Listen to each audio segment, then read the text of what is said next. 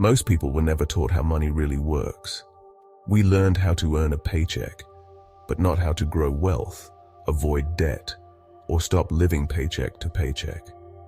That's why so many smart, hardworking people still feel broke. The good news? You don't need to be a finance expert to turn things around. You just need the right guidance and the right books. This guide gives you a clear, no-nonsense summary of the 15 best personal finance books ever written. These aren't textbooks or boring lectures. They're simple, powerful tools that can change your life if you take action. You'll learn how to make your money work for you, not the other way around. Stop wasting time trying to pick the perfect stock. Get out of debt fast without feeling trapped. Invest with confidence, even if you're starting from zero.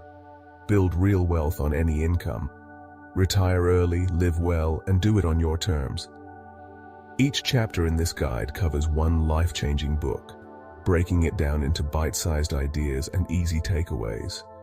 Whether you want to understand investing, beat your money fears, or finally feel in control, there's something here for you.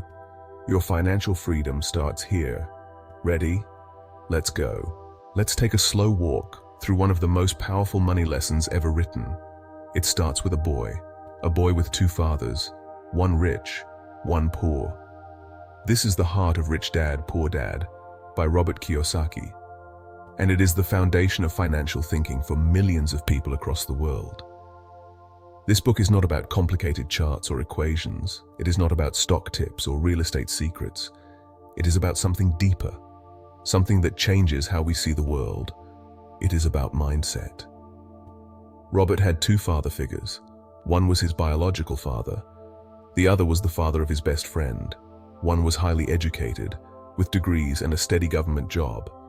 The other did not finish 8th grade, but ended up building a business empire. One struggled with money his whole life. The other became one of the richest men in Hawaii. Robert listened to both, but what he heard from each was very different. The poor dad believed in school, in good grades, in working hard. He believed the path to success was safe and simple. Study, get a job, work for a paycheck, retire. The rich dad believed in something else. He believed in learning how money works. He believed that jobs are temporary, but financial knowledge lasts forever. He believed that you should not work for money. You should make money work for you. That idea shook Robert to his core, and it changes everything for us too. Let us start with something basic, something we think we understand, but we often get wrong: assets and liabilities. Most people think they know what these words mean, but in real life, people confuse them all the time. An asset, according to Rich Dad, is something that puts money in your pocket. A liability is something that takes money out. That is it. It is not about what it is. It is about what it does. So let us look at something simple. A house. Most people believe their house is their greatest asset. But is it? Every month you pay the mortgage, you pay taxes, you pay repairs. The house takes money out of your pocket. According to Rich Dad's definition, that makes it a liability. This idea can be hard to accept. We are told from childhood that owning a house means you have made it. But if your house is not paying you, then it is not helping you build wealth. It might be beautiful, it might be home, but it is not an asset. At least not yet. Now think about rental property, or a business, or stocks that pay dividends. These are different. These give you money, regularly, quietly, month after month. That is what makes them assets. Rich Dad taught Robert to focus on buying things that make you money, not things that just look good, not things that cost money to maintain, things that work for you, even when you are sleeping. That brings us to a bigger idea, a harder idea, one that turns the usual way of thinking on its head. Most of us grow up believing we should work for money. We trade time for a paycheck. We think the more we work, the more we earn. But Rich Dad said this was backwards. Money should work for you, not the other way around. What does that mean? It means that instead of spending your energy just trying to earn, you spend it learning how to build. You build systems, you build businesses, you build investments, you create cash flow, you create freedom. This is not a dream. This is how wealth is made. Slowly, quietly, by people who think differently. That difference is called financial intelligence. It is not taught in school. It is not taught in most homes, but it is the single most important subject when it comes to real success in life. According to a study published in the Journal of Financial Counseling and Planning, early exposure to financial education strongly predicts better money habits in adulthood. But most schools do not teach it. That is why books like Rich Dad, Poor Dad matter. They fill a gap no one else is filling. Let us return to the boy. Robert started learning from his rich dad at age 9. He did not get paid an allowance. He got paid with lessons. One day, after working for free in his rich dad's store, he complained. He wanted a raise. He felt used. Rich Dad said no, and then he showed Robert something that stayed with him for life. He brought Robert behind the store, showed him how business works, showed him how to spot patterns, how to see opportunity, how to solve problems. That is when Robert saw that the richest people are not always the smartest. They are the ones who see things others ignore. That is what financial education does. It trains your eyes. Suddenly you start seeing opportunities everywhere.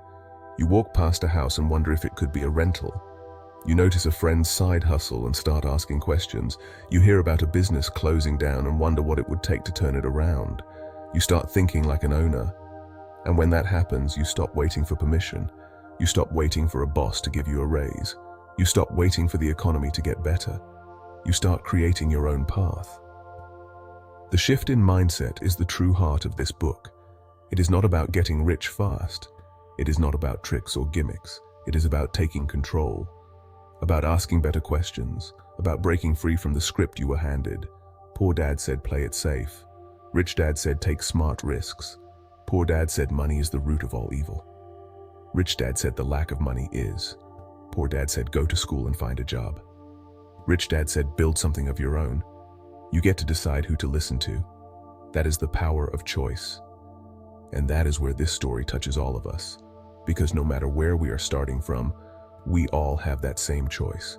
We can believe the old script, or we can write a new one. There are people who started in debt, without degrees, without help, and still changed their lives. One example is Sharon Lechter, the co-author of Rich Dad, Poor Dad. She started her career as a CPA and worked in traditional finance, but she began to see the limits of that world. She took the leap into entrepreneurship and financial education. Today, she helps people all over the world learn how to think differently about money. Change is possible, but it begins with awareness. It begins with asking, what is an asset? What is a liability?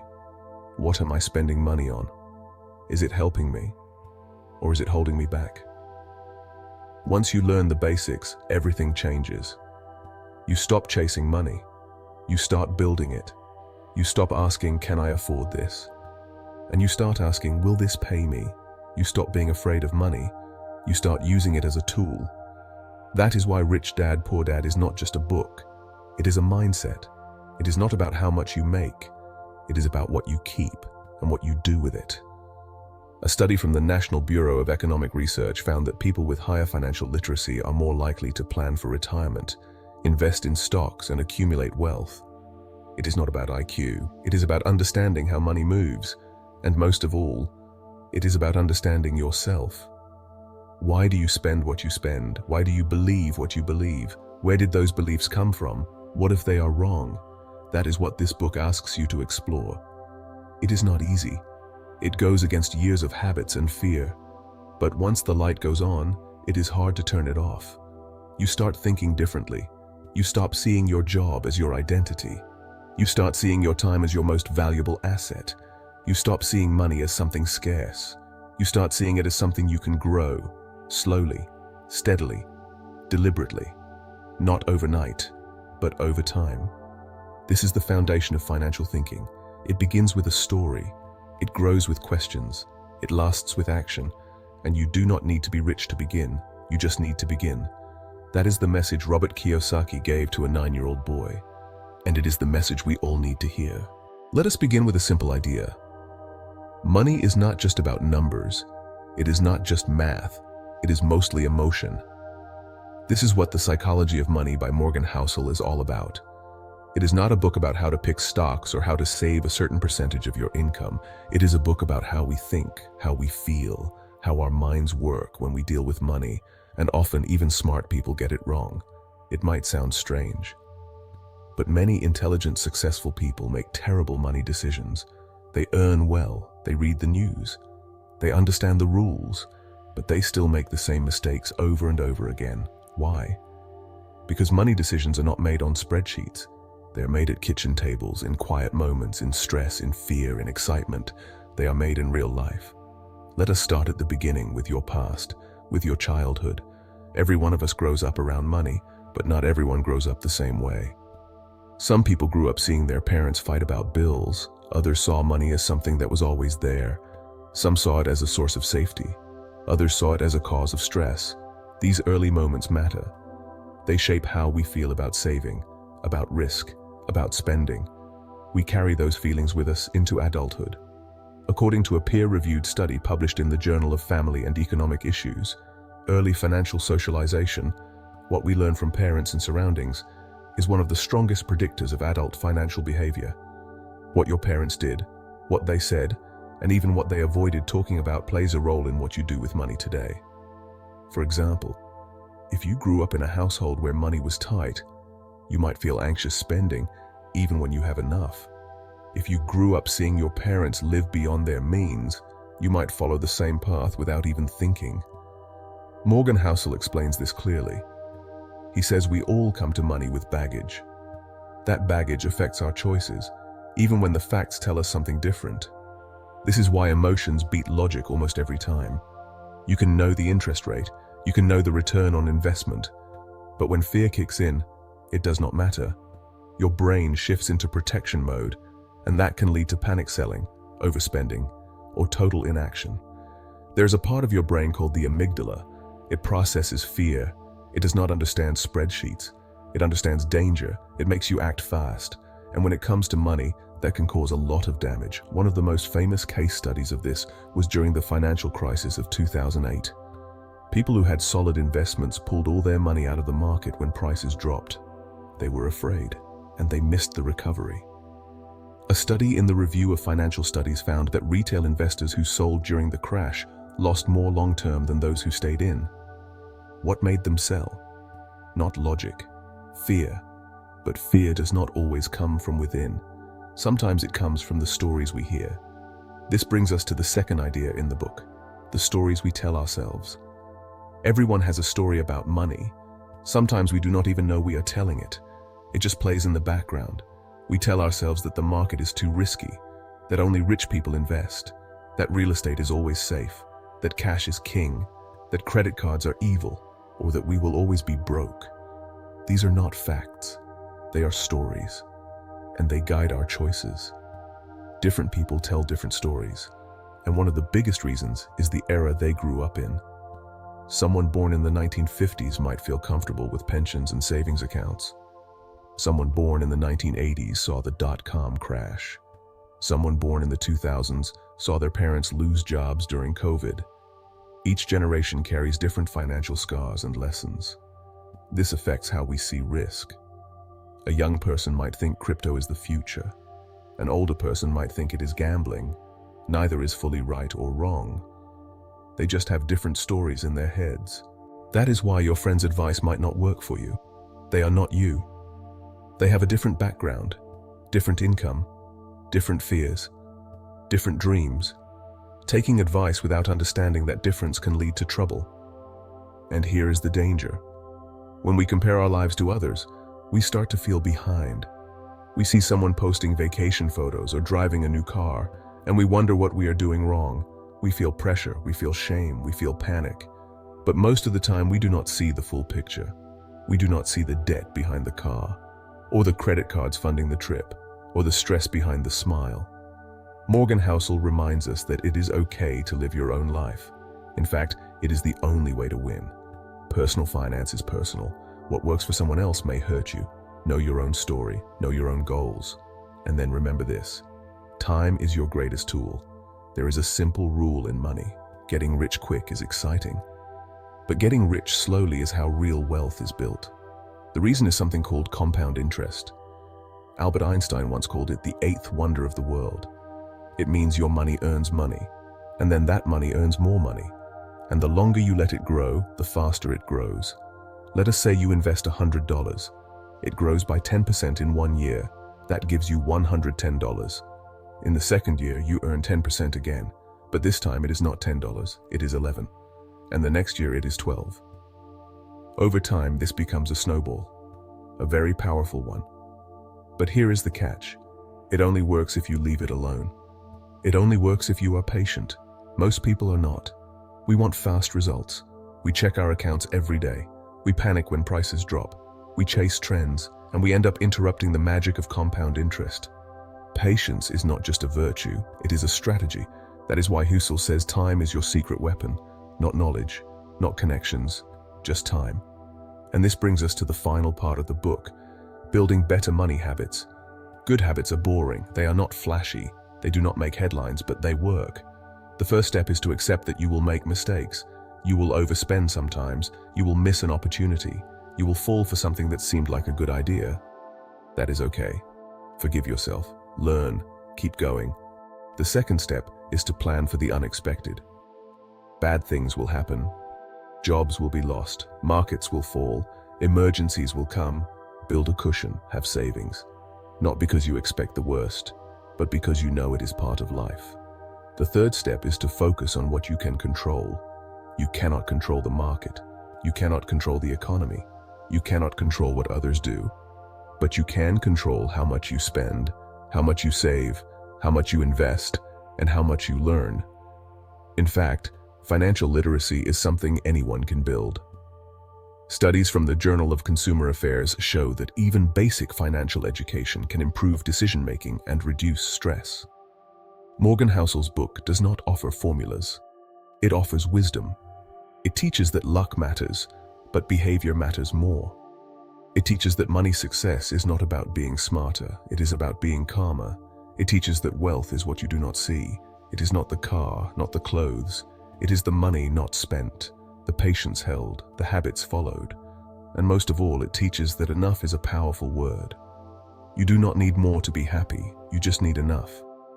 But knowing what enough looks like for you takes self-awareness. It takes honesty.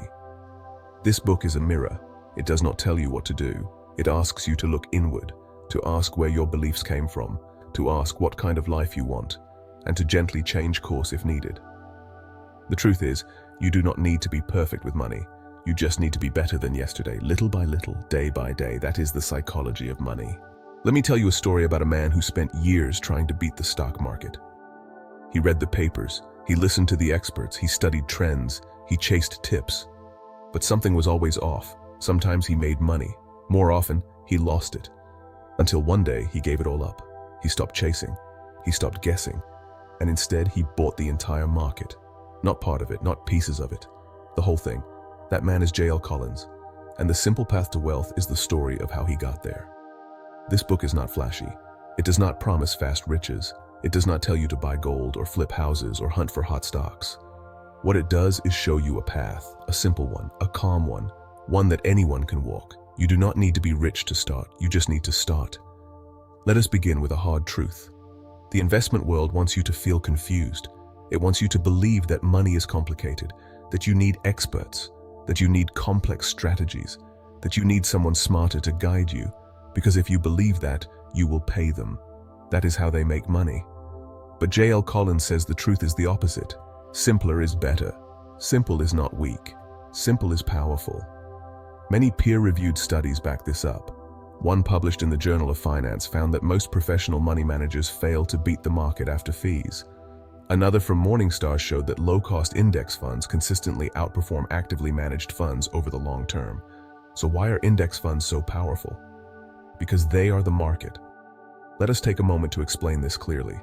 A stock index fund is like a basket. Inside that basket are pieces of hundreds, sometimes thousands of companies, big ones, small ones, all mixed together. If you buy one share of the fund, you own a tiny piece of every company inside. You are not betting on a winner. You are not avoiding a loser. You are saying, I will take all of them. Because I believe over time the market as a whole will grow, and history says you are right. Over the last 100 years, the stock market has gone up. It has crashed at times. It has scared people. But it has always recovered. It always grows in the long run. That is the power of capitalism. The economy grows, companies grow, and your money grows with it. Collins calls index funds the ultimate no-stress investment. You do not have to follow the news.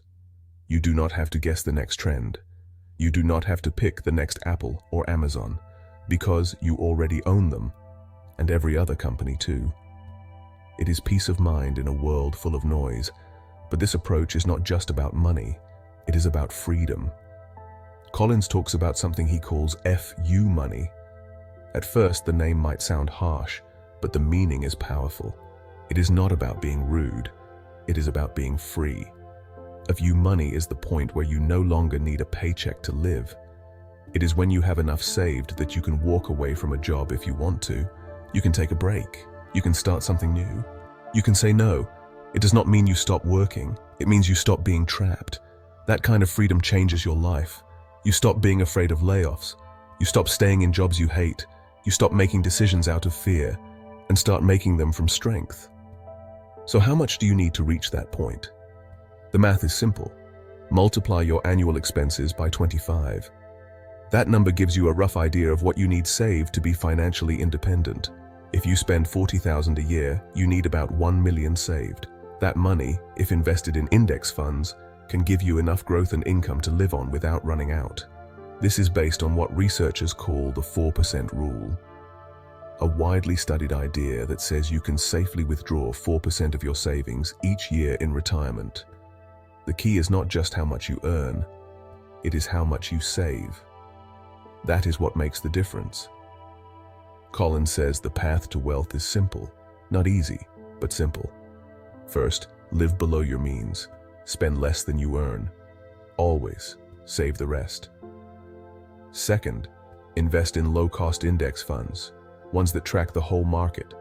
Do not try to beat the market. Just own it. Third, invest regularly, every month. No matter what the news says, no matter what the market is doing. This is called dollar-cost averaging. It means you buy when prices are high, and you buy when prices are low. Over time, it all evens out, and you win. Fourth, never try to time the market. You cannot. No one can. Even experts fail at this. Studies from Dalbar Inc., which reviews investor behavior, show that people who jump in and out of the market often earn far less than those who simply stay in. Why? Because emotions get in the way. People buy when things look good and sell when things look scary.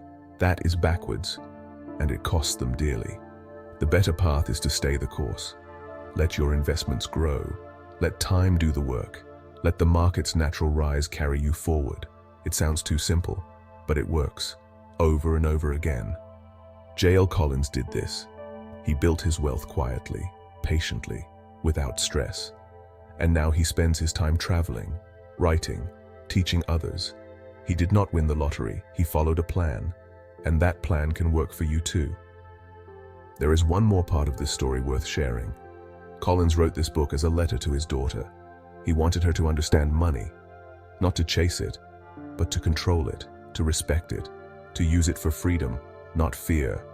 That is the heart of this book. It is not about greed, it is about peace. Money should not rule your life, it should support it. And the way to make that happen is to keep things simple. Live on less than you make. Invest what you save. Use index funds. Trust the process. Be patient. You do not need to be rich to start, but you need to start to become rich. And rich does not just mean having more money. It means having more time, more choices, more freedom. That is what this simple path offers, and that is why it matters. I want to tell you about a man named Benjamin Graham.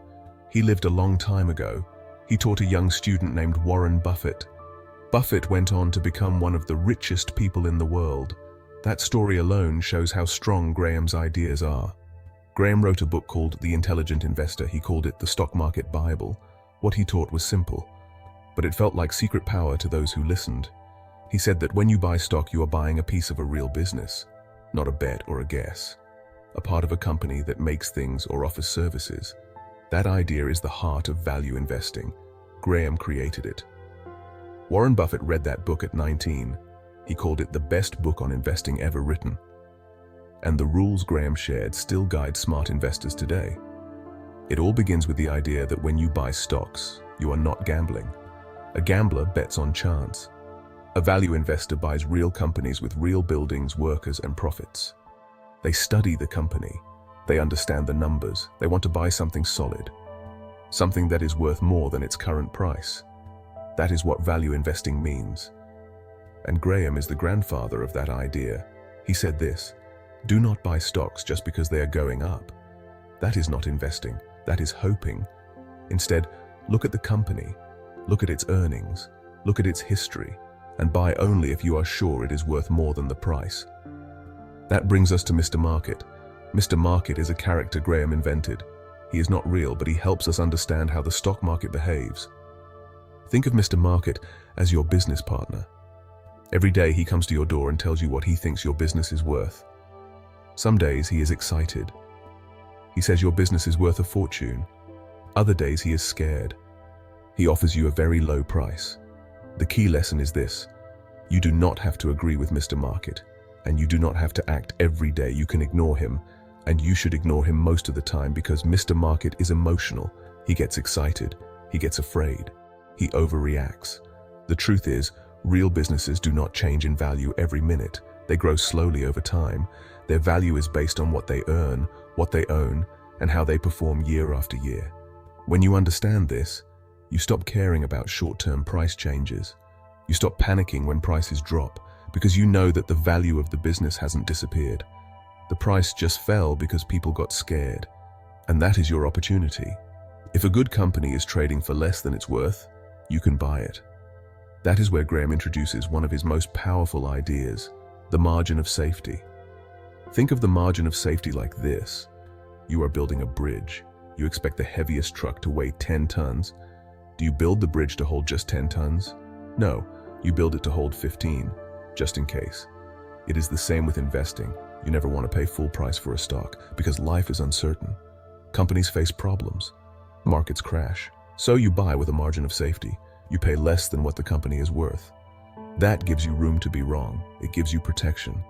If you buy a great company for a fair price, you will probably do well.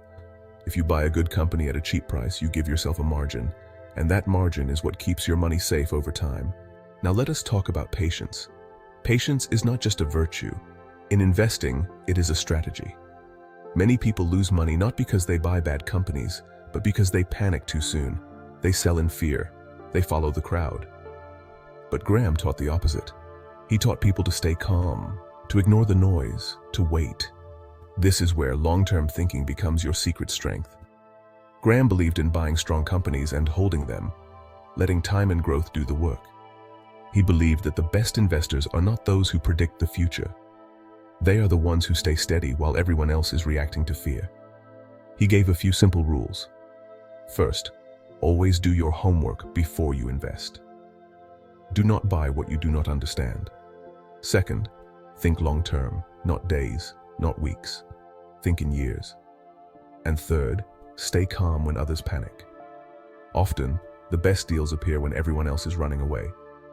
These lessons never go out of style. Even though Graham lived in a different time, the market still works the same way today.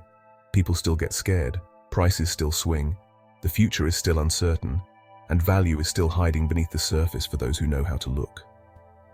Graham also believed that there are two kinds of investors: the defensive investor and the enterprising investor.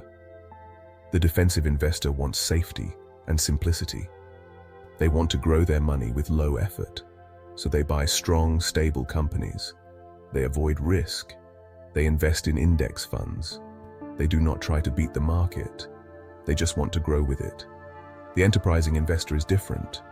They want to find hidden value. They study companies deeply. They look for mispriced stocks. They want to beat the market, but they also work harder for it.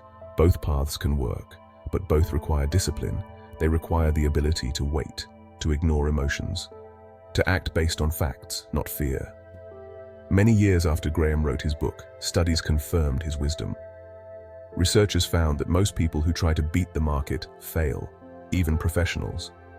What works better is steady long-term investing, choosing good companies, paying a fair price, holding on through the ups and downs. Warren Buffett followed this path. He took Graham's lessons and built a company called Berkshire Hathaway. He became one of the richest people in history. But he still says that all his success began with what Benjamin Graham taught him. Buffett once said that the market is there to serve you, not to guide you. That is a direct echo of Graham's idea of Mr. Market. You are the master of your money.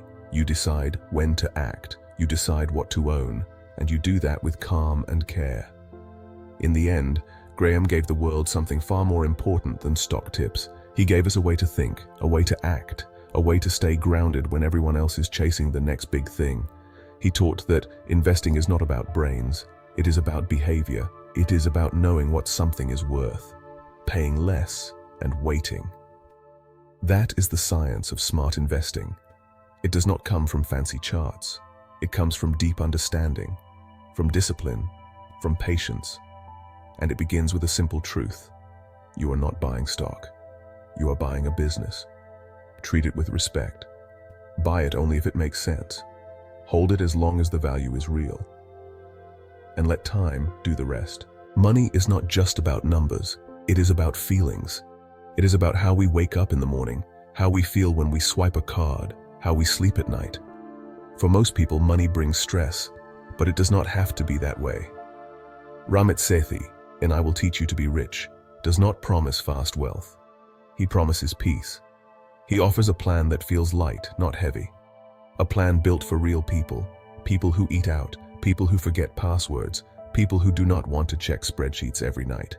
His plan is simple: 6 weeks, one habit each week, one step at a time. In week 1, the goal is to set up the right bank accounts. This may sound boring, but it is where everything begins. If your money is flowing into the wrong places, everything gets messy. You need a checking account that is easy to use, no fees, no surprise charges. You need a savings account that earns real interest, one that grows without you doing anything. You separate them. One is for spending. One is for goals. This step builds the foundation. In week 2, you take control of your credit. Credit cards are not evil. They are tools. But if you do not use them right, they can become traps. The goal this week is to understand your credit score. You check it. You learn what affects it. Then you play offense. You call your credit card company and ask for a lower rate. You ask for a fee to be waived. You ask for a higher credit limit to improve your score. These are simple calls, and they often work, because companies expect you to ask. You just never knew you could. In week 3, you open investment accounts, not when you are old, now. Because time is the secret weapon. You start small, a few hundred, maybe even less. But the key is to start.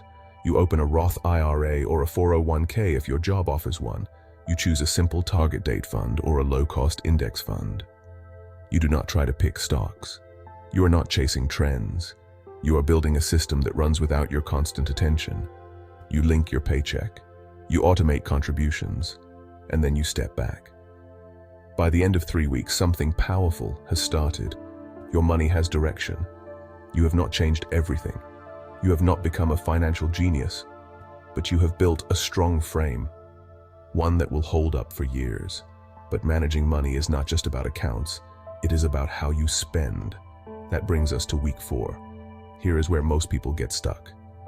Budgets. Everyone hates them, everyone breaks them, and that is why Ramit throws them out. He offers something better. He calls it conscious spending. Conscious spending is not about saying no to everything. It is about saying yes to what you love and no to what you do not. You start by figuring out your fixed costs, rent, bills, minimum payments, then you add goals, savings, investments. What is left is yours, to spend, guilt-free, on coffee, on books, on dates, on sneakers, whatever makes you happy. You are not tracking every dollar. You are planning your life. That is the shift.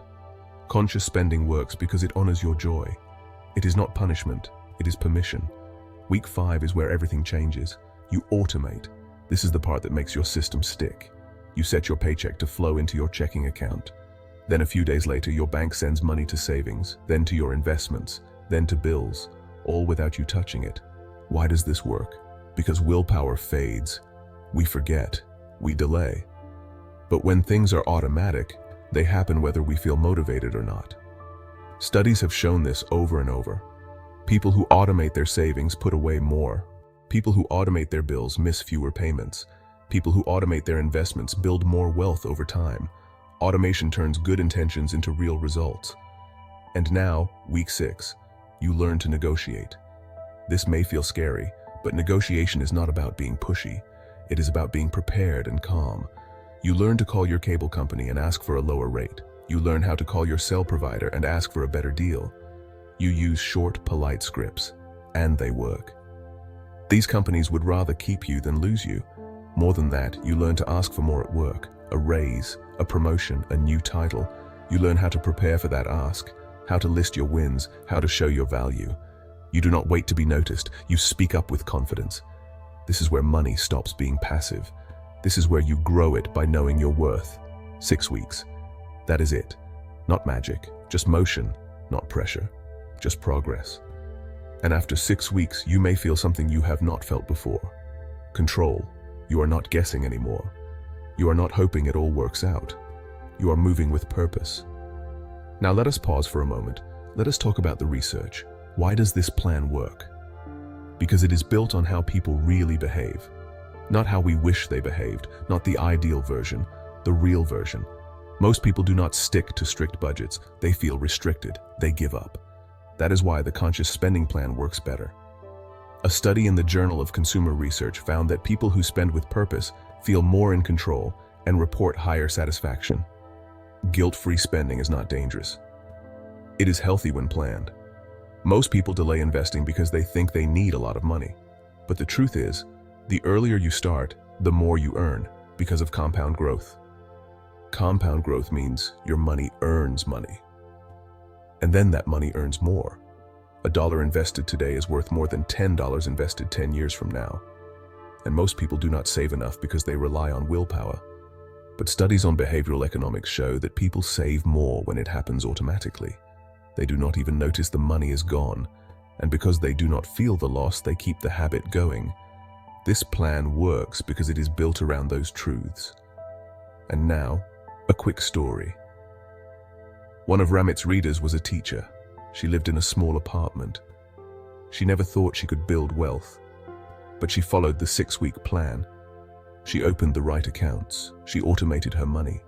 She negotiated her bills. She started investing. Slowly, steadily.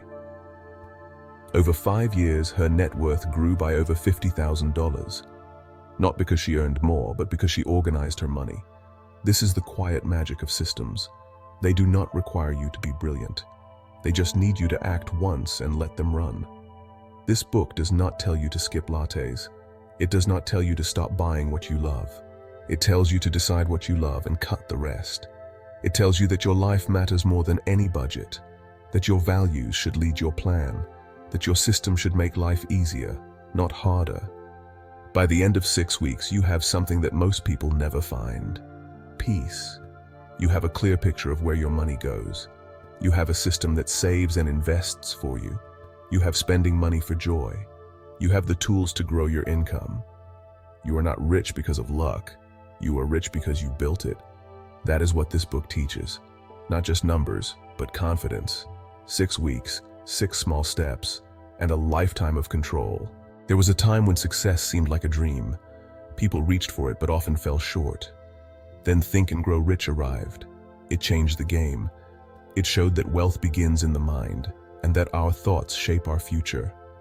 At the heart of this work lies the power of burning desire, a desire so strong it leaps from the heart into every part of life.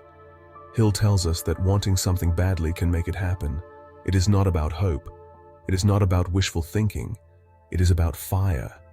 That fire moves us from where we are to where we want to go. Why does burning desire work? Because it drives action. A peer-reviewed study of motivation shows that strong desire does more than feel good. It leads to focus and energy. It gives us the push to start and the strength to continue when things get hard. Hill knew this. He taught that to make a wish real, you must turn it into a plan. You must write it down, say it every day. Picture it as a living thing, then get to work. Wanting and planning without action is just dreaming, but with action, desire becomes reality. And action alone is not enough. There is another secret: persistence.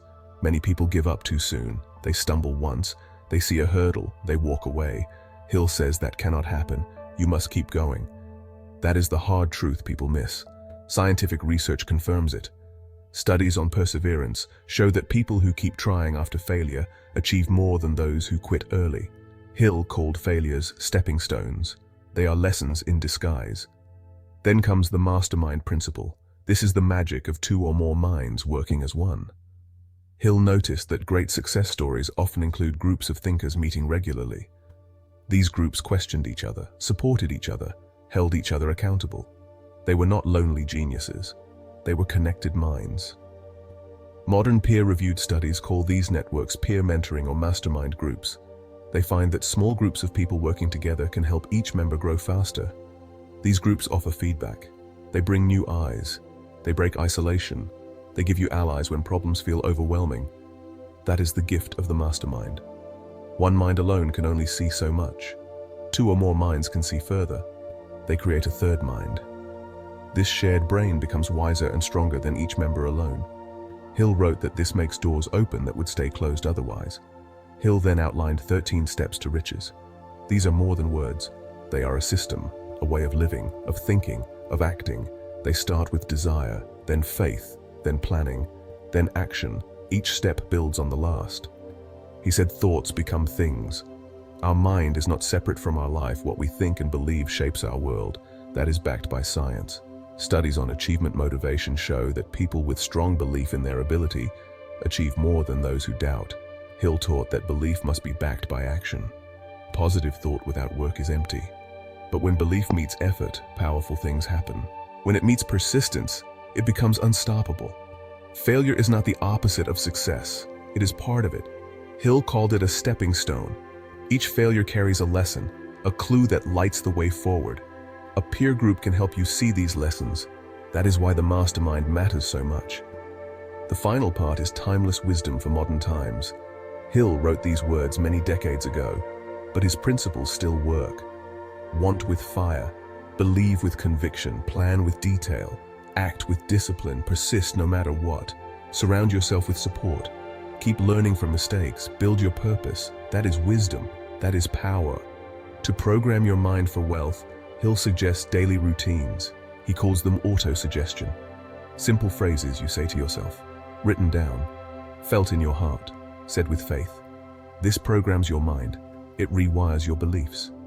Peer-reviewed studies show that setting clear goals and telling others strengthens accountability and follow-through. Hill's auto-suggestion is an early version of that today. Underlying it all is definite purpose. Hill said, without a clear goal you drift. With purpose you soar. You face troubles, but they drive you forward. Purpose is the fuel, not for days, not for weeks, but for years. In modern science, this idea is called goal orientation and self-concept. Research shows that people who have clear personal goals and believe in themselves perform better on every measure. This is exactly what Hill taught. Think and Grow Rich is not a fairy tale. It is a guide.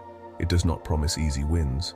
It offers a map rooted in human psychology, in research.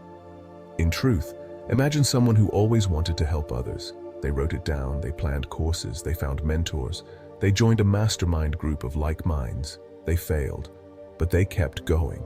They learned. They grew. They built a social program. It changed lives. That is Hill's vision come true. That person is not special.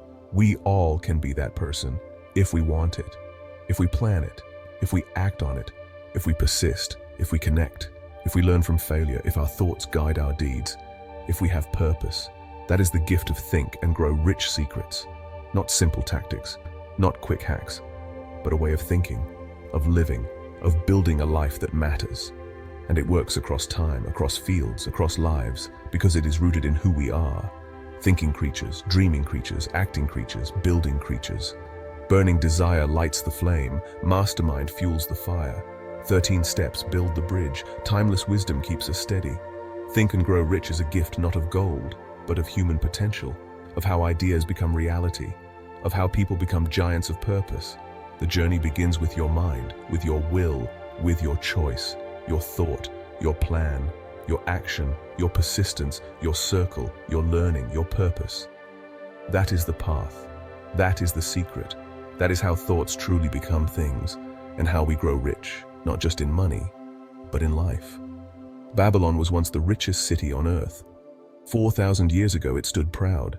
Its markets were vibrant, its traders were wise, its people learned lessons that the world still carries today. George S. Clason brought those lessons to life. Through simple stories he showed how money grows. He explained how small acts can build great wealth. He spoke of gold and dust and opportunity, and his words still speak to us. He began with the truth that money principles never change. Whether in dusty markets of Babylon or in modern cities, the same rules apply. Save before you spend, learn before you invest, act with purpose. Clason taught through parables. He did not offer dry rules, he told tales about a man named Arkad, the richest man in Babylon. He became rich not by chance, but by habit, by discipline, by simple action. Arkad decided to pay himself first. 10% of everything he earned he kept, before taxes, before expenses, before gifts. He paid himself first and watched wealth grow. Modern research calls this method pay yourself first. It is backed by behavioral science. When savings are automatic, people save more and worry less. Clason also taught the 7 cures for a lean purse. The first cure was to pay yourself first. The second was to control expenses so you can save. The third was to make your money work, to invest wisely. He said money that works grows, money that sits does not. Later he explained the 5 laws of gold. Each law was a guide. They taught how to attract money, how to hold on to it, how to make it grow. The first law told him to save at least 10% of his income. The second law warned against spending more than you earn. The third law encouraged wise investment. The fourth law said seek advice from men of experience. The fifth law reminded him to ensure safety against loss. All of this remains true. Studies in psychology show that habits form best when they are small and clear. Start small like Arkad. Save a little every day. Watch it grow. Clason ended his lessons with a promise. Start small, but start now. Be patient, consistent. Never stop learning about money. Modern research supports this. A study of long-term investors shows that people with long-term plans invest better. They weather storms. They stay calm. They do not chase trends. He also said to seek counsel from those who know. In Babylon, this meant elders and merchants. Today it means advisors and mentors. Research shows that people guided by experts make better financial choices. Clason's wisdom feels old, but it is alive. He spoke of money with humility. He spoke of wisdom with grace. He spoke of change as a journey, not a race. His teaching is clear. Keep at least 10% for tomorrow. Live on the rest. Let your money work. Plant it wisely, tend it gently. Let time do its work. Seek those who walked before you. Share your journey with friends of wisdom. Learn from mistakes. Act again. Start small. Begin today. Be patient. Be consistent. Learn always. Babylon's lessons are simple. They are powerful. They stand on stone and sand and time, and they stand for you. A story of old, a way for now, a treasure in your pocket. That is ancient wisdom for modern wealth. True wealth often wears plain clothes. Many millionaires don't dress in flashy styles. They live quietly. They do not shout about their money. They avoid luxury in favor of comfort and value. They spend on things they need, not on things they want to show off. They follow one rule: spend less than you make, then invest the rest. Stanley studied more than 1,300 millionaires, each with at least $10 million in net worth. He found surprising truths about their habits and their lives. These truths break the myths we often hear. They show how real wealth works. One of his most vivid findings is that appearance can mislead. Many rich people live in modest homes. They drive ordinary cars, even used ones. They shop smart. They do not seek status in visible ways. This is not about shame. It is about values. It is about using money to build safety, not to buy status. One part of Stanley's work builds on earlier findings from the Millionaire next door. He divided people into 2 groups. One group he called prodigious accumulators of wealth. These are people who grow their net worth faster than their age and income predict. The other group he called under-accumulators of wealth. Many of these had high incomes, but their wealth stayed low. They spent it on cars, clothes, or new homes. Meanwhile, some modest earners quietly built 7- or 8-figure wealth. Statistical studies show that income does not equal wealth. A high paycheck can vanish fast. A steady plan builds value over time. A peer-reviewed study of long-term savers shows that consistent saving matters more than high income. Looking single year at earnings can mislead us, but looking at cumulative saving and wealth reveals real growth. Real millionaires focus on wealth, not on income. They send large sums into investments. They rarely show off. They understand the difference between having money and looking like you have money. Their path to 7 figures is slow and steady. It is not flashy, it is not thrilling, but it works. Stanley found many of them came from average backgrounds. They did not grow up rich. They built step by step. They saved discipline and effort. They invested patiently. And they repeated the process year after year. Their wealth grew. It became real. They understood that income is a tool, not a goal. A paycheck lets you save, but what you save matters more.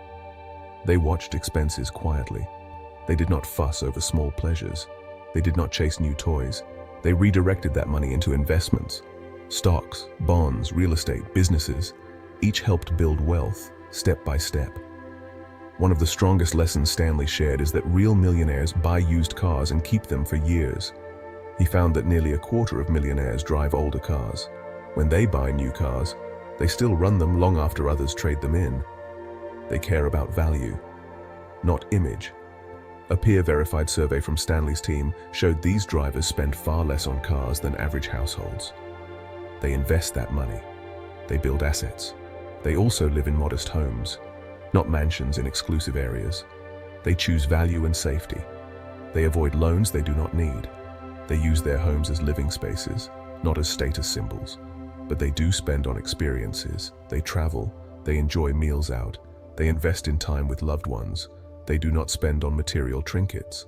What lasts brings them joy. For them, dollars buy memories, not envy. One clear lesson is that wealth is built quietly. It grows in the background, not in headlines. A case study Stanley tells is of a business owner worth more than 10 million. He owns a junkyard. His clothes are plain. His car is old. But his net worth is real. He built it by saving earnings and reinvesting them. He did not chase social applause. He built value quietly. Stanley also found clear principles among the wealthy. First, they build assets, not debt. They buy things that grow or hold value. They avoid things that vanish the moment they walk out of the store. They think about their net worth, not their looks. Second, they invest in themselves. They learn new skills. They see education as a tool. They work at improving their skills over decades. They do not stop at a degree. They take courses. They read. They grow. Peer-reviewed work on lifelong learning supports this. One study found that ongoing education and skill development measurably increased lifetime earnings and financial confidence. Building skills is a path to higher income and smarter decisions. Third, they think long-term. They do not chase fads. They do not worry about what tomorrow's stock does. They build a plan. They follow it slowly. They rebalance. They stay calm. They understand that markets go up and down.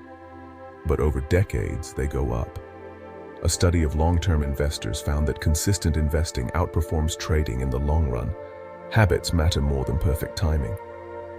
Stanley also found that millionaires have strong discipline. They live below their means. They bargain shop. They avoid debt. They pay cash often. They use credit cards only to build credit or earn rewards, not to spend beyond their means. Their net worth grows because they keep it under control. These habits can be learned. They are not genetic. They are conscious choices. Stanley found a physician earning 6 figures, but with little wealth. He borrowed for vehicles and vacations. He lived like he earned more than he did. Contrast that with a janitor earning far less, but saving discipline every month. That janitor reached 7 figures in his retirement account. This shows again that income is not the key. It is disciplined saving. Stanley also studied mindset. Millionaires do not fear failure. They see setbacks as lessons. They bounce back. They keep working. They refuse to compare themselves to others. They do not envy neighbors. They define success on their own terms. They value integrity. They value consistency. A peer-reviewed article on wealth psychology supports this. It found that wealthy individuals report higher life satisfaction when they focus on their own values. They feel less pressure from social comparisons. Stanley's work also shows strong marriages among millionaires.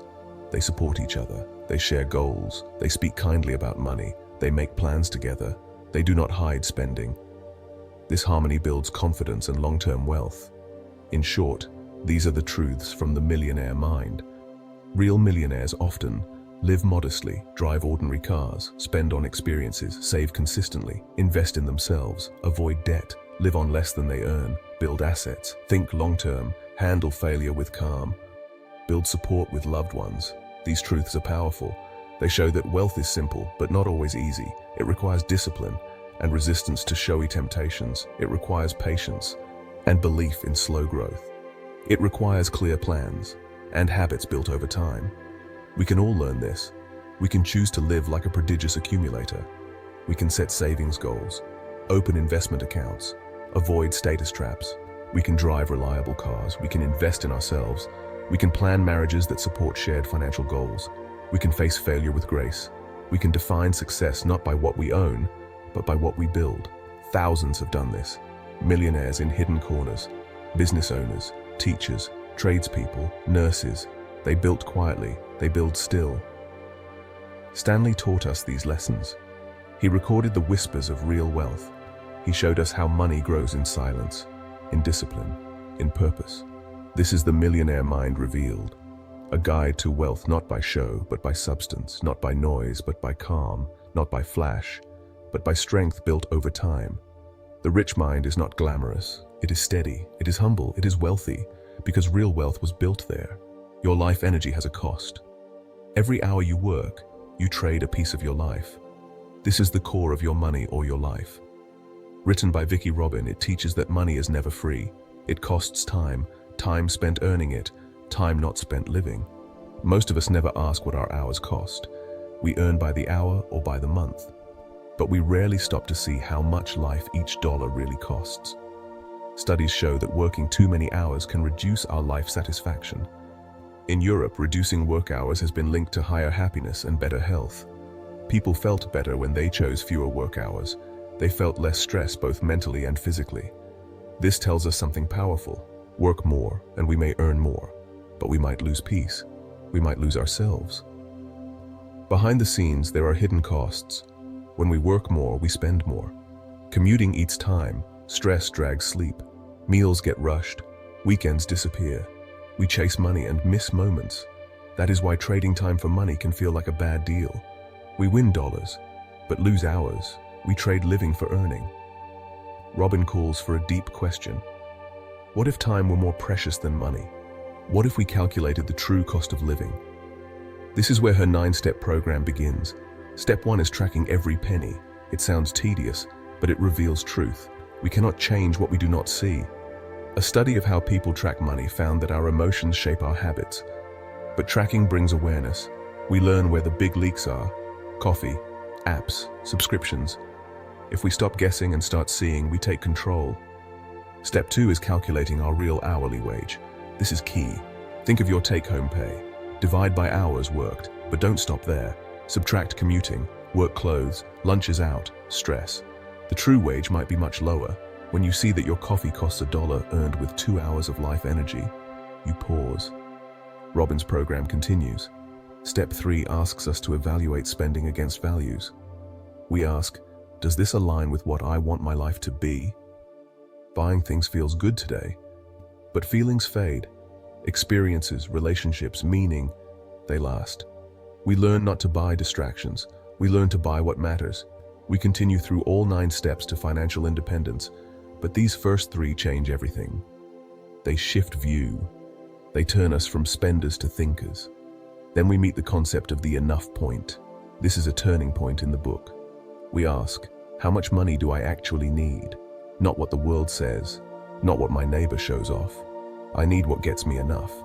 Enough to live well, enough to breathe, enough to rest, not more. Research backs this. Happiness economics shows that beyond a certain income level, more money does not yield more happiness. We compare ourselves, we chase more, but the ups bring little joy. The downs bring pain. Real wealth is knowing enough, living simply, and owning peace. Robin tells of people who left jobs. They reduced income, but they gained time. Time with kids, time for hobbies, time to explore. It felt richer than any paycheck. She also shares stories of early retirement seekers, people who redefined work in their own terms. They moved from hustle to heart. They found work that mattered, or no work at all. And they did not starve. They lived. They lived on less, but they lived large in meaning. Designing your ideal life is the final major idea. Robin says we imagine first. If money were not a problem, what would life look like? What would you do? Where would you spend your days? With whom? In what place? This vision becomes the guide. Then we align spending to help that life take shape. We ditch autopilot. We choose with purpose. Each rupee flows toward meaning, not noise. It is not about denial. It is about direction. It is not about cutting joy. It is about directing it. Once vision meets action, life transforms. Spending slows. Savings grow. Life expands. The path to early retirement becomes clear, not distant, not impossible, but real. Peer-reviewed research on financial self-control finds that small strategies work: tracking, planning, avoiding temptation. These help us spend less and save more, just like Robin shows. Another study confirms that valuing time over money makes people happier. When we choose fewer hours and simpler lives, we gain contentment. We reconnect with health, with family, with ourselves. Your money or your life is not just about money, it is about life. It teaches that your life energy matters, and that every spending is a decision to trade time. It gives us a map, a 9-step map. First, track every penny. Know what comes in and what goes out. Then find your real wage. Let that shape how you spend. Next, find aligned spending. Spend consciously on what you love, then question enough. Know when enough is reached. Seek vision. Design a life beyond the paycheck. Robin's lessons are soft, not harsh. They guide. They do not scold. They invite. Invite awareness. Invite pause. Invite choice. Invite a new way. And the result is subtle. A calmer life. A cleaner mind. A deeper satisfaction. A money story that supports living, not consumes it. This is the philosophy, not about frugality alone, not about extremes, but about being awake to what each dollar costs in life, to what each choice creates in time, to what each direction leads in freedom. It is a journey, 1 penny and 1 hour at a time, a journey toward living fully, toward retiring early, toward honoring your life energy. Not just spending money, but spending life well. And in that choice lies real richness. Small costs can drain big dreams. When we ignore them, they add up. The latte factor is about this: 1 coffee a day. It feels small, but over time it costs a lot. Yet cutting out coffee won't make you rich. The real lesson lies deeper. It is about being mindful. Pay attention to little drains, notice them, then decide. That is true power. David Bach calls it mindful spending. It is not about denial. It is about choice. We watch where our money grazes, then we decide. That is how small changes build big results. Then comes the core idea. Pay yourself first. This is more than a phrase, it is a rule, before anything else. Save before bills. Save before fun. Save before expenses. You set it up once. You do not think again. The money moves every month, out of sight, out of mind, into savings. That is the power of automatic transfers. It works quietly, it works consistently, without willpower. The real magic lies here. When you cannot spend what you cannot see, you lose less savings to spending urges. You grow your money without effort. Studies show this works. When people automate savings, their balances grow. Even those with lower income benefit most. It helps those who struggle to build the habit. But how do you set it up? You open accounts, you name them clearly. Save first. Spend later. You do it once, then you forget it. The system runs. And now, the automatic approach. This is the heart of David Bach's method. You do not budget. You do not track every rupee. Instead, you set your finances on autopilot. Your savings, your bills, your investments, they all flow without you. Why does this work better than budgeting? Because budgets need energy. They need habits. They need constant input. And we get tired. We fail. With automation, you skip the willpower. You design a system that does it for you. You build a silent machine that grows wealth. Studies prove that automated saving and investing work better than manual efforts. People stay in plans they do not have to think about. When you automate, you escape the trap of momentary emotions. You stop reacting to headlines. You stop skipping contributions when the mood is off. The system stays. It shows up, month after month. Next is building wealth on autopilot. It spreads across 3 key parts. First, retirement accounts. You set it and forget it. Payroll or direct deposit send money each month to your retirement. It grows, quietly, strongly. Second, debt payments. You set up automatic payments, credit cards, student loans, mortgage. You never miss a payment. You stick to your plan. You avoid late fees. You reduce interest pain. Third, emergency fund. You build it automatically too. You fund it slowly. $1 becomes 10, 10 becomes 100. It protects you from sudden costs. You do not have to dip into credit. You stay safe. Here is the key. You do not need a budget to grow savings. You need a system, one that requires no daily heroics, just smart design, just trust, and consistency. Let us look at the evidence. In retirement plans, automatic enrollment increased participation. Employees stayed in plans without opting out. They saved more. And researchers found that auto-enrollment and auto-escalation work over time, even if effects are smaller than early hopes. In other studies, when savers choose automatic transfer, they save more over time. Even those who never built savings before saw growth once the system was running. Self-control is the key to success. Willpower fades, but a smart system stays steady. People who use automated plans spend less and save more. David Buck calls this the autopilot millionaire mindset. He shows us that becoming rich is not about making more money. It is about building systems that make money grow. Let me tell you a story. There was a teacher. She lived paycheck to paycheck. She wanted to save, but she always forgot. Then she read The Automatic Millionaire. She set up auto transfers to savings and retirement. She set auto payments for her loans. She structured emergency savings. She never tracked daily spending. She let the system work. 5 years later, she looked at her balance. It had grown, much more than she expected. She had built real security. She did not feel richer, but she felt freer. That is the power of this method. It is quiet, it is simple, it is slow, it needs no heroics. Just trust in a well-built system that understands human nature. David Buck teaches us this. The latte factor shows us that awareness matters. Pay yourself first shows us that priorities matter. Automation shows us that design matters. Wealth built on autopilot shows us that structure matters.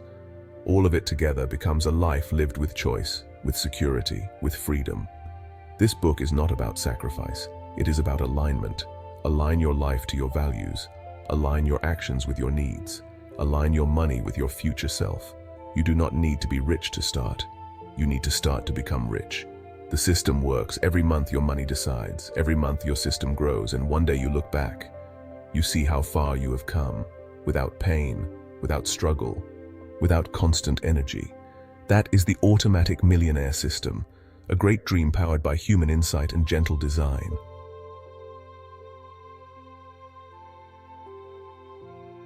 The stock market often feels like a puzzle. We see prices move. We hear tips. We watch patterns. We believe we can predict. We want to beat it. But a random walk down Wall Street tells a different story. It shows us a quiet truth. That guessing the market is nearly impossible. That a more humble path can lead to lasting success. The first big idea is this. Stock picking doesn't work. Markets are efficient. This is what economists call the efficient market hypothesis. It means prices reflect what everyone knows today. They include news, facts, trends. No one can find hidden edges again and again. Studies show that professionals often fail to beat the market after costs. This holds true over decades. If you cannot predict the next price, why try? It is not arrogance, it is math, it is humility. Because of this, randomness rules. Prices jump around. They follow what scientists call a random walk. Yesterday's price does not help predict today. Today does not guide tomorrow. There is no map, no roadmap, just noise and chance. Trying to time this takes luck, not skill, and luck runs out eventually. The second idea is how to invest instead. Index investing. It means buying a tiny piece of every company. You do not need to choose. You own all. A mix of big, medium, and small companies. Around the world, across sectors, you share in the growth, you share in the setbacks, but you never miss the winners. This is diversification. It smooths out the bad years. It lets the good years shine. Index funds usually cost less. Fees matter more than returns. A study shows that low-cost funds outperform more expensive ones over time. The third idea is cost and diversification. Every time you buy or sell, it costs you. Fees, spreads, taxes. These eat returns slowly. But at scale, they matter a lot. Index funds keep costs low, and by covering the whole market, you spread risk. Studies show that diversified portfolios suffer less damage in downturns. They recover faster. They sleep better at night. Next is risk and return. We all want more return, but that means more risk. High return and low risk do not exist together. If you want huge gains, you must accept possible losses. You must stomach the swing. That means planning. Ask yourself, what can I live with? What matters more, safety or growth? This question shapes how you invest. Safe stocks or bold ones, bonds or shares, cash or real estate. Choose based on your age, your life, your needs, then rebalance. If shares grow too big, take some profit. If bonds fall too low, buy more. Rebalancing brings balance. It keeps your plan on track. The portfolio you build should match your goals. If you retire soon, you may choose stability. If you are young, you may lean into growth. But you always base it on your needs, not on news headlines. Another idea that Makeover champions is the value of patience.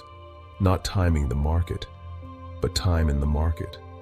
People who try to buy low and sell high often fail.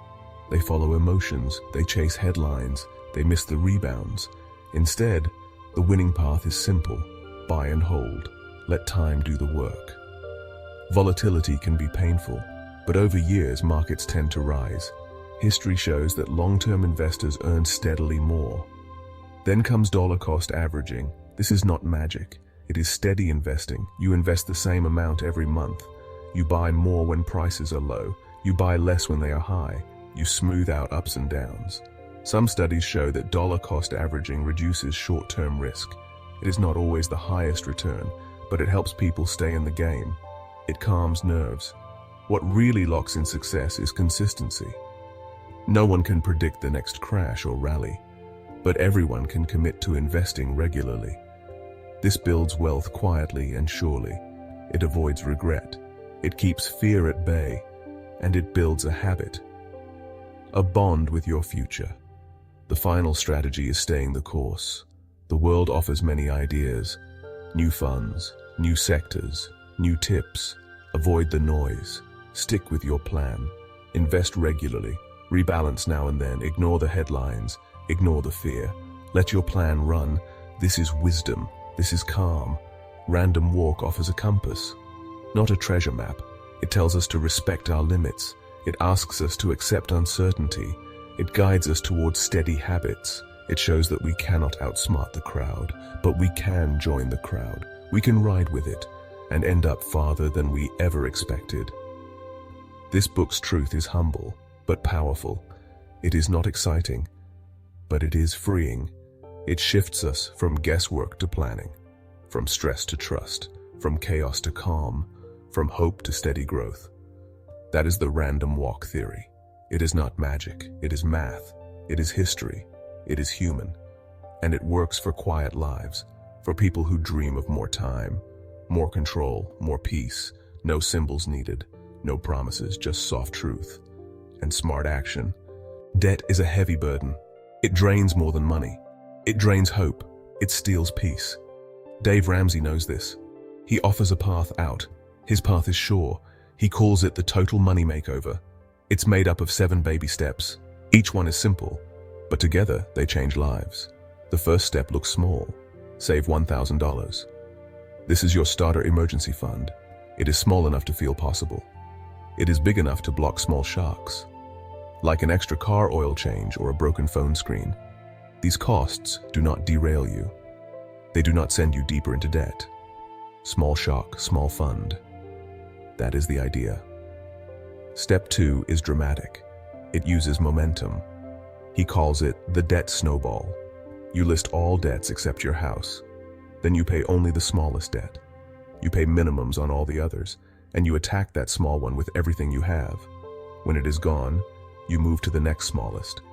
By the time you're working on the 5th or 6th debt, your freed cash has grown. Each victory builds energy. Each win gives confidence. Small, cleared debts become bigger victories. The snowball rolls faster as it grows. Studies on debt behavior confirm this works. People are more motivated by small wins than by big ones. They stick longer when they feel progress. And each debt that disappears increases their sense of control. Step 3 builds on this momentum. Now you save a full emergency fund, 3 to 6 months of living costs. This fund is not for small shocks, it is for big ones: job loss, medical bills, major house repairs. When these things come, you do not use debt to survive, you rely on your fund. You stay in control. Steps 4 to 7 shift from surviving to building. Step 4 is investing. Put 15% of your income into retirement accounts. You make your money work for you. Over decades, it becomes real wealth. Step 5 is saving for future needs, like kids' college or big life events. You use tax-advantaged accounts. You plan and prepare. Step 6 is paying off your home mortgage early. Imagine finishing your last payment years early. Imagine the peace that brings. No house debt, a huge weight gone. That is financial freedom. Step 7 is the final frontier. Building wealth and giving generously. You have freedom. Now you use it to help and to live fully. This step reminds you that true richness is not just money, it is generosity and purpose. But the total money makeover is not just steps, it's a mindset shift. It is a change in how you feel about money, because even a great plan can fail when the heart is weak. Ramsey understands this. He teaches that emotion matters more than math. A spreadsheet cannot inspire you, a story can. He tells stories of people just like you, people who feel burdened, people who dream of safety, people who find hope in the baby steps. Psychologists call this narrative therapy. We change when we change the story we tell ourselves. Ramsey gives new stories, stories of payment, progress, pride. When debt feels endless, people give up. But seeing one debt vanish gives hope. The next one feels beatable. Emotions shift. Motivation grows. Each paid bill brings a sense of intelligence, a sense of pride. You are not a victim, you are a victor. Then behavior follows emotion. People stick. They stay on the plan. They chart progress. They share victories. They learn discipline. They learn that habits are built one action at a time, and these habits stick. A peer-reviewed study on habit formation shows that people maintain new behaviors longer when they feel immediate reward. Hidden rewards don't help, but small, visible wins crowd out old habits. Ramsey's debt snowball uses this human wiring. Another study confirms that tracking progress helps keep people on course. Ramsey encourages charts. He uses visual tracking. Each cleared debt adds a checkmark. Each paid emergency fund milestone brings joy. Each step builds faith in the process, and faith drives success. Let me share a story. A woman named Anna worked as a nurse. She made good money, but debt held her back. Credit cards, medical bills, car loan. She felt trapped. She learned about Ramsey's steps. She saved a small emergency fund in 2 months. Then she listed all her debts, smallest to largest. 4 cards, 1 car. She attacked the smallest. Each time a debt disappeared, she felt hope. She moved on. In 18 months, she had no consumer debt. She moved to step 3. She saved 3 months of living. Then she added 15% to her retirement. She set up college savings for her child, and she started paying extra on her mortgage. 7 years later, her house was paid off. She had retirement accounts. She had savings. She had freedom. She said she felt like she could breathe again. She said she could finally plan her life instead of planning for crisis. This is not a fairy tale. It happens every day. Because Ramsey's system is built for real people. People who need hope. People who need structure. People who need to feel the power of small steps. Another peer-reviewed study on financial behavior notes that design matters. You need systems, not moments of motivation. You need a plan that fits your life. You need support. You need milestones.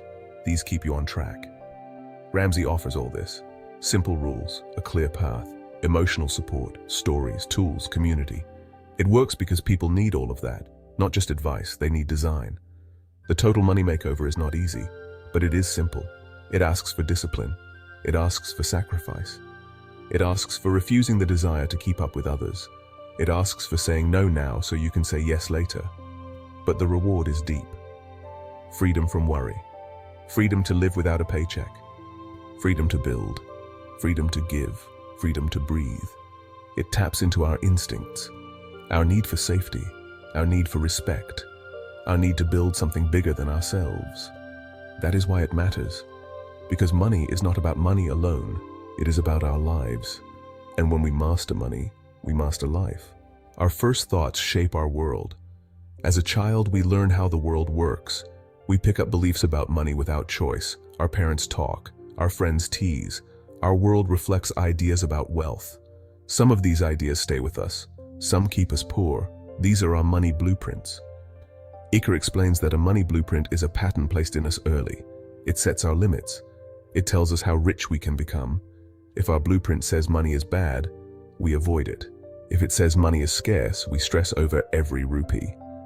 We may never know why we self-sabotage, but the cause is deep and real.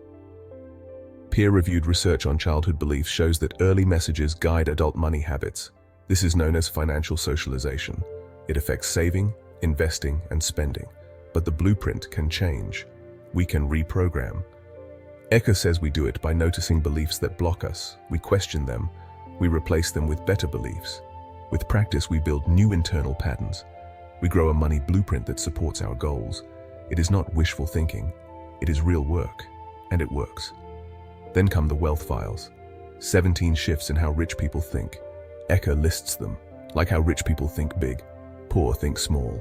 Rich focus on opportunities, poor focus on obstacles. Rich believe that they earn based on what they deserve. Poor believe the world is unfair. Rich play to win, poor play not to lose. These are thought habits. They change our actions, and our actions change our lives. Think about problem solving. A wealthy person sees a problem and asks what can solve it. A poor person sees a problem and complains. That mindset affects income. Peer-reviewed research in psychology shows that mindset type predicts financial decisions. Those who believe in better solutions save and invest more. Another shift is focus. Rich focus on results, poor focus on fairness. These mental patterns direct energy and behavior, and over years they shape wealth. Next comes the mental barriers. We all have them: the fear, the doubt, the worry. Iker calls these money blocks. They hide in our minds. They stop us from trying. They whisper, "You will fail. You do not deserve it. You are not smart enough." To break through, first we must identify the blockers. We watch our thoughts, we journal. We ask what stops us from moving forward. Then we challenge those thoughts, we talk back to them. We say, "I can learn, I deserve to succeed, I can handle mistakes." This is mental hygiene. It takes time. A peer-reviewed study on cognitive therapy shows that changing negative self-talk improves life satisfaction. That includes financial life.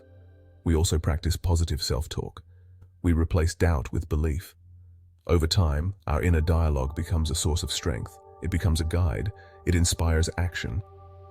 Then we reach the millionaire mindset. This is not about money. It is about identity. Rich people think like owners. They take charge. They see possibilities. They accept responsibility. They do not wait for someone else. They start. They adapt. They grow. They invent. They focus on growth. They focus on contribution. They see the world as a place to create value. They understand that income follows value. When they offer more, they earn more. They embrace learning. They see failure as training. They see challenge as fuel. They know the path to wealth is paved with mistakes. They fall. They stand. They learn. They go again. This owner mindset stands in contrast to an employee mindset. An employee waits for a boss. An owner builds.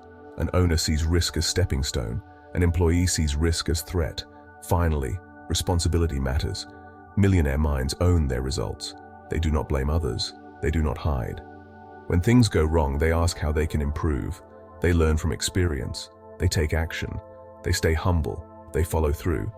This shift in mindset is powerful. Studies on locus of control show that people who feel control over their life earn more money and feel more satisfied. They take action. They persist. They succeed. Ecker's message is simple. Wealth starts in the mind, with changing beliefs, with new habits, with growth thinking, with inner courage, with ownership, and with discipline. By changing our inner blueprint, by adopting wealth files, by breaking mental barriers, by thinking like owners, we grow our capacity for income, we expand what we can achieve. We grow rich not just in money, but in confidence, in freedom, in contribution, in life itself. That is the secret of a millionaire mind. It may feel soft, but it is rooted in human truth and it works. A quiet revolution began when John Bogle stepped into investing. He built Vanguard on an idea that seemed odd. Keep costs low, own the whole market, let time do the rest. At first people laughed, then they listened, then they trusted, then they built wealth quietly, and that changed everything. Larimore wanted to share that revolution. He wrote the Bogleheads Guide to Investing to give readers a plan built on Bogle's philosophy, a plan anyone can follow, and a plan proven by decades of data. The heart of it is low-cost index funds. These funds own a little piece of every company in the market. No guessing, no picking, just owning. A peer-reviewed paper from Vanguard found that low-cost index funds often outperform active managers over the long term. That is after fees and taxes are included. This is more than cost savings. It is theory. It is math. It is the zero-sum game. Every trade has a winner and a loser. Fees make active managers more likely to lose. But index fund investors avoid that trap. They get market returns, not hopes. That leads to another truth. Ordinary investors can beat the pros, not by trying harder, but by costing less. A low-cost index fund does not chase outperformance, it delivers it, because it keeps more of what the market gives. This brings us to the three-fund portfolio. It is simple by design. Own your home market with a total stock market index. Own the world outside with an international index, and add a bond fund for safety. That is it. 3 funds, 1 global mix, all wrapped in low cost. A simple recipe, but powerful. Why this mix matters? Because it gives you ownership and balance. You own the US economy, you own the global economy, and you hold bonds that calm the ride when stocks wobble. It is a balanced life in money form. Asset allocation is not magic. It is honest. It is purposeful. It is about dividing money between stocks and bonds, and that division depends on who you are, your age, your risk appetite, your goals. If you are young, stocks carry growth over time. As you age, bonds protect you from swinging markets, and as life changes, so does your mix. The Boglehead way is to rebalance now and then when your mix drifts. If stocks surge, you sell some and buy bonds. That keeps balance. That keeps risk in check. Vanguard research shows that rebalancing can offer benefits, though gains may be small, but watch the timing. A recent study found that if everyone rebalanced at the same time, others could profit by front-running trades. So Bogleheads advise regular but not rigid reviews, once or twice a year, or if your mix drifts significantly, adjust gently. The rules are simple. Live below your means, start early, invest regularly, do not try to time the market, and stay steady through all conditions. Live below your means means spending less than you earn.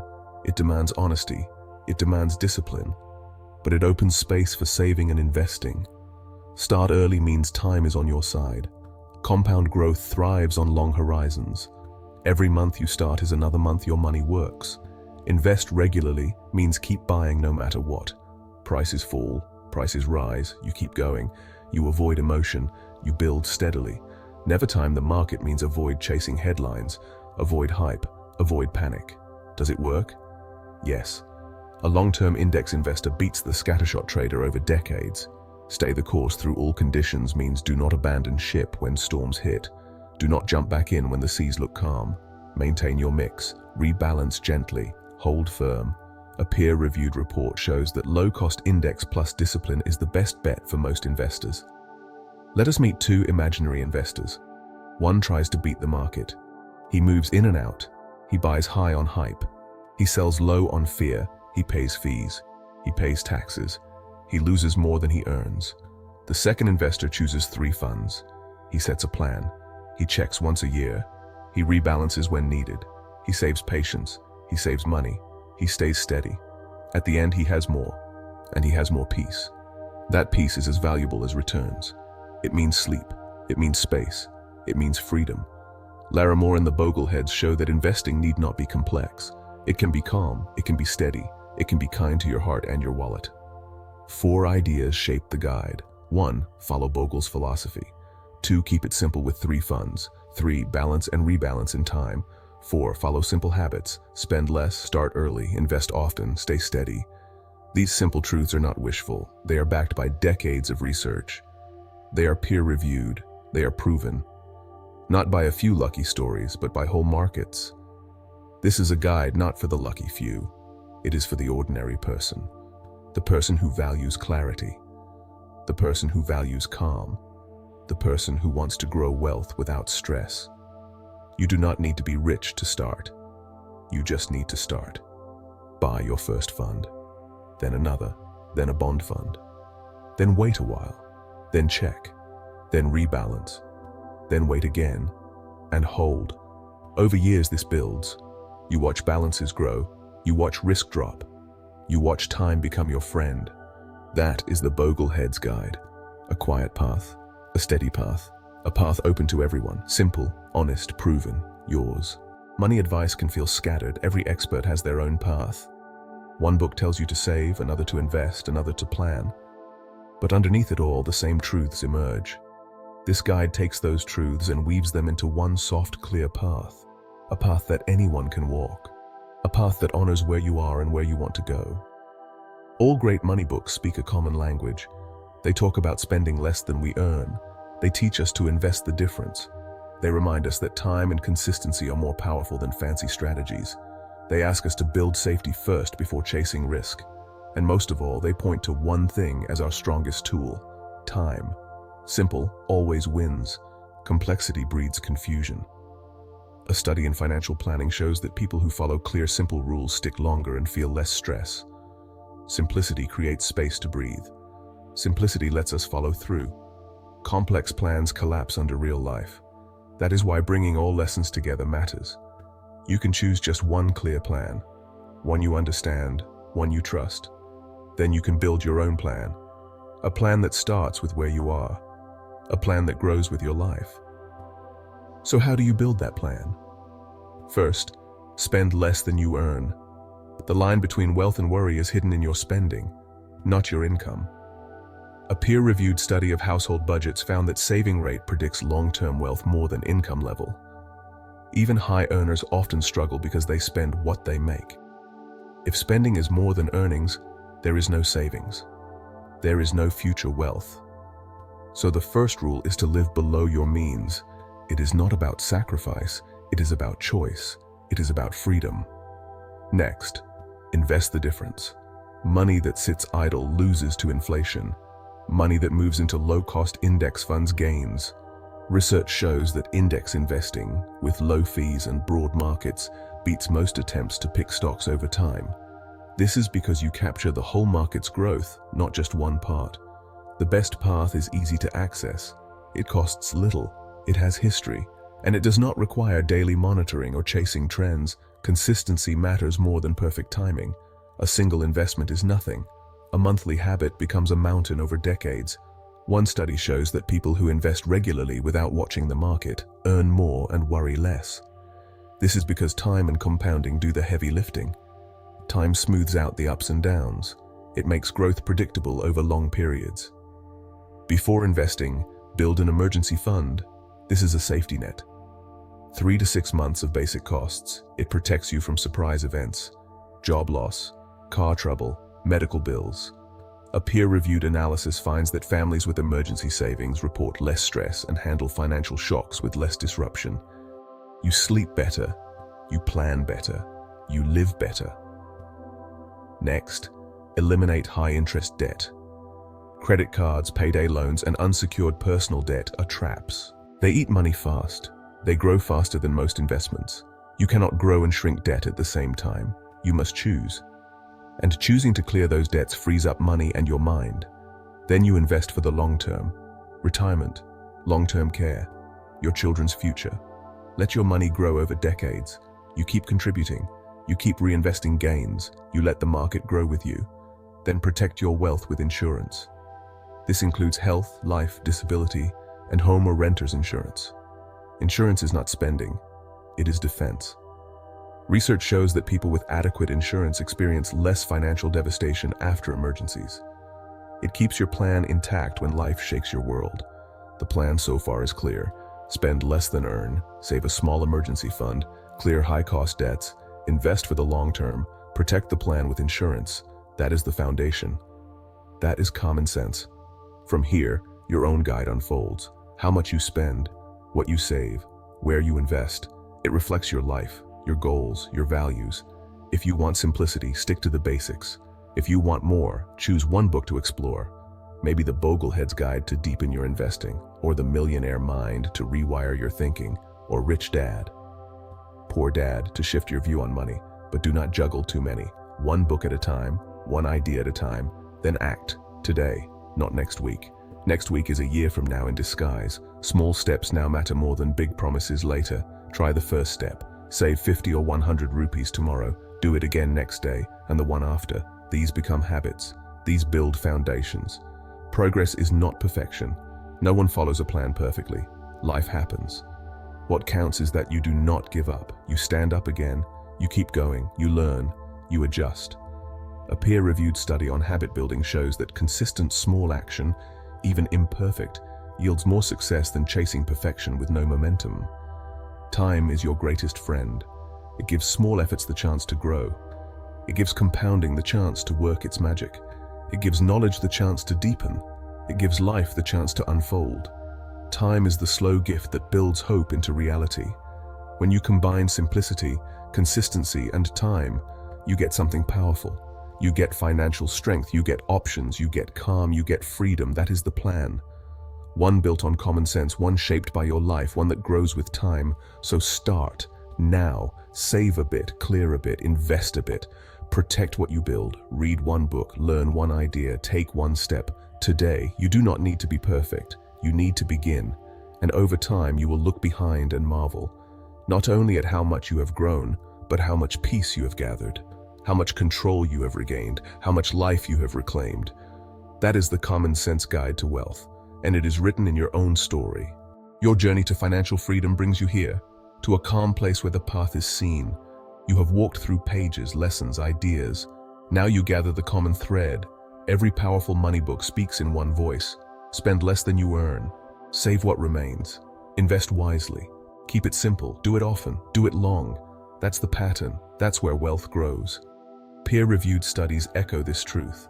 They show that disciplined saving creates strength, that consistent investing leads to growth, that simple strategies outshine complex ones, and that time is the most powerful ingredient. A study of modern personal finance writes this clearly. Disciplined saving and informed investing build lasting security. Why simple beats complex every time? Because simplicity invites follow-through. Complex plans invite confusion and delay. Simpler goals are easier to start and maintain. Research in financial habit formation confirms that people stick more readily to clear, basic routines. If yesterday was the perfect time to start, today is the next best. Momentum matters. One small act today becomes a habit. A habit becomes a life. One start today is more valuable than waiting for tomorrow.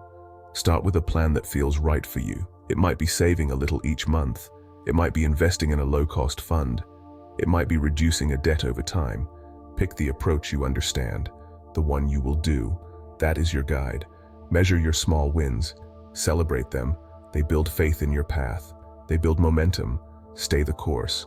Long-term goals break into daily choices. You choose again every day, again next week, again next year. Over time, those choices compound, not just money, belief, confidence, freedom. Remember, personal finance is personal. It is about your hopes, your fears, your values. No one else's journey will feel the same. You might save aggressively and invest early, or you may focus on eliminating small debts or building a safety cushion where stability matters more. Your plan reflects your life. The goal is freedom. Freedom to live, freedom to choose, freedom to breathe. Money alone cannot buy freedom, but well-used money can create space. Space for rest, space for love, space for purpose. Small changes today compound into life-changing results tomorrow. One saved rupee becomes many in time. One calm choice becomes a habit. One habit becomes your future. And if you stumble, that's okay. Freedom is not perfection, it is persistence. It is returning to the path. It is choosing again. Courage grows in the comeback. You started this journey for a reason. Maybe to leave work earlier, maybe to feel peace, maybe to provide for family. Whatever your why, it matters. Keep it close. Let it guide your steps. Each book you read brought wisdom. Each lesson built your map. But now the guide is you. With tools, habits, and understanding in your hands, now is your time, your moment, your choice. The journey to freedom is not a sprint. It is a marathon. It is walked in small steps, one consistent step at a time. Time is your ally, not your enemy. The more time you give, the more you grow. So pick your step today. Take it now. Then the next one tomorrow. Then the next one again. Keep going. Keep growing. Keep believing. This is your journey, your freedom, your life. The path is simple. The journey is yours. And the best is on its way.